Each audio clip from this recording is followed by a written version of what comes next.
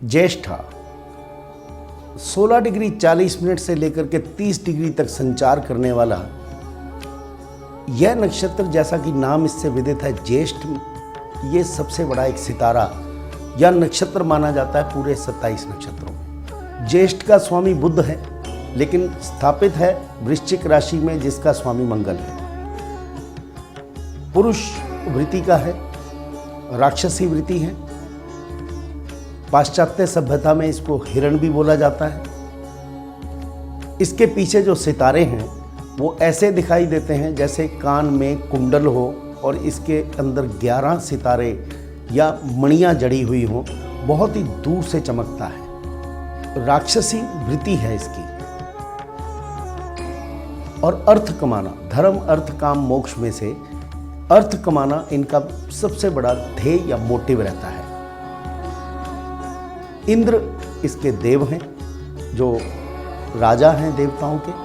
जो फोनेटिक्स हैं या शब्द हैं उसमें नो, जिसको बोलते हैं एन में ओ की, बड़े ओ की मात्रा, और उसके पश्चात या यी यो, ये इनकी शब्दावली है। जैसा कि विदित है कि ये वृश्चिक राशि के अंदर स्थापित है, बुध इसका स्वामी है, और मंगल और बुध का जब भी आपस में मिलन होता है तो बुद्धि और एक तरफ एग्रेशन। पाश्चात्य जो ज्योतिष है उसके अंदर कहा गया है कि इसके पीछे एक बहुत लाल रंग का सितारा, जिसको एंटेयर्स बोलते हैं, जो कि मंगल के बिल्कुल ऑपोजिट वृत्ति का है। अब ये इस तरह का विरोधाभास अपने मन के अंदर इनके पैदा हो जाता है। बुध बुद्धि से काम करता है, मंगल अपनी तरह से, और वो भी सीक्रेटिव पर्सनैलिटी। बुध वाचाल है, बोलना चाहता है लेकिन बोल नहीं पाता क्योंकि वृश्चिक राशि के अंदर बैठा है। इंद्र को आप देखते हैं किस तरह का देव है, अपने इरावत हाथी के ऊपर चढ़कर राक्षसों का नाश करने के लिए निकल पड़ता है, लेकिन उसके बाद में ऐश करता है, आराम करता है, अप्सराओं के साथ खेलता है और पूर्ण रूप से आनंदित हो जाता है। और आनंदित होने के पश्चात यह भी भूल जाता है कि कभी मेरे गद्दी को या मेरे जो राज्य है उसको कभी खतरा भी होगा।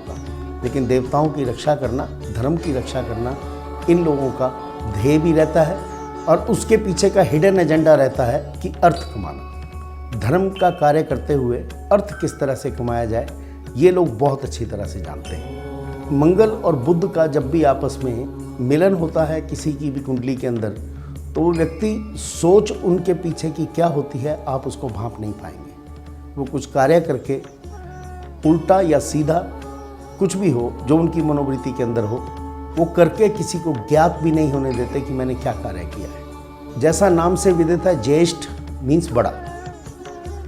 ये चंद्र की बड़ी पत्नियों में से एक पत्नी माना जाता है प्रतीकात्मक या सिंबॉलिक दृष्टि से। ये रोहिणी के बिल्कुल ऑपोजिट, यानी कि उसके उल्टा। ये सुंदर नहीं है लेकिन विदुषी है, इंटेलिजेंट है, सहायता करने वाली पत्नी है उनकी। और चंद्र जितने भी गलत कार्य करता है उसको करने से रोकता है, क्योंकि इस राशि के अंदर चंद्र नीचस्थ अवस्था में भी हो जाता है। यदि कहीं वृश्चिक राशि वाले व्यक्ति और ज्येष्ठा नक्षत्र उनका हो और मनोवृत्तियां बिगड़ी हों, कहीं चंद्र अपनी क्षीण अवस्था के अंदर हो और उसके ऊपर दृष्टियां कहीं शनि की पड़ जाएं या राहु केतु एक्सेस में आ जाए, तो इन लोगों का मूड बहुत इरेटिक सा हो जाता है। कई बार सिजोफ्रेनिक यानी कि पागलपन की हद तक हो जाते हैं। दिमागी परेशानी इनको बहुत घेरती है और दिमाग को ठीक करने के लिए बहुत समय लगता है। मनोवृत्ति क्योंकि अर्थ है, पैसा कमाने की है, और पैसा खो देते हैं, उसके बाद में गरीबी में जीना इनके बस की बात नहीं होती, और दोबारा से उठ करके फिर अमीर बनने का प्रयत्न करते हैं, जो कि होता नहीं है। लेकिन उसके पश्चात ये आध्यात्मिक सहारा लेकर के एक संत हो जाते हैं। लगन यदि वृश्चिक राशि का हो और ज्येष्ठा नक्षत्र हो, तो ये लोग बहुत ज़्यादा पढ़े लिखे इंटेलिजेंट व्यक्ति होते हैं, अपनी बातों को अंदर रखने में सक्षम होते हैं, समाज के सुधारक भी होते हैं, लेकिन अर्थ कमाने के लिए ये कुछ भी करते हैं और उसके पीछे का एम इनका अर्थ कमाना रहता है। और कई बार अपनी मॉरल वैल्यूज़ या अपनी जो आध्यात्मिक वैल्यू नहीं कहूँगा, लेकिन जो मोरालिटी होती है, जो सामाजिक आस्थाएं होते हैं, उनसे कई बार गिर जाते हैं। चंद्र यदि वृश्चिक राशि में हो तो बोलते हैं चंद्र मन सो जाता, मन का कारक है, और नीच की अवस्था में बैठा है।